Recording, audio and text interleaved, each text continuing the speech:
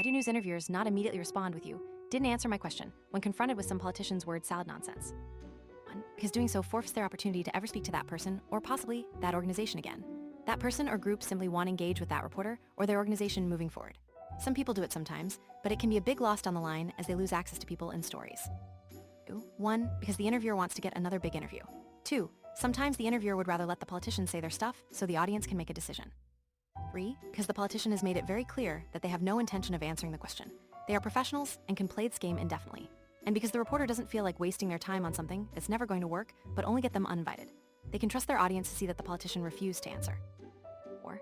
The news organizations need the politicians to agree to come on and talk to the interviewer. But as long as there are other large news organizations, the politicians don't need any specific one. You can actually see a notable difference between places like the US, where there are a number of large news orgs, and the UK, where politicians are far more reliant on the BBC to get their message out. 5. In the UK, they absolutely do.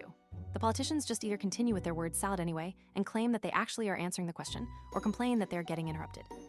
6. Because it doesn't work to make them answer. And the point is the question, not the answer that will not happen. As an aside, it's a minor superpower when you realize that you don't have to answer every question ever asked of you. Politicians learn this early. 7. NPR sometimes does this.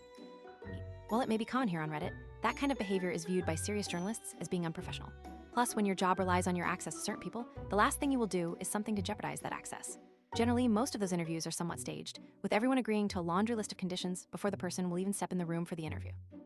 9. Because they don't get repeat interviews, and neither do their networks. 10. You can't force someone to answer a question they don't want to answer.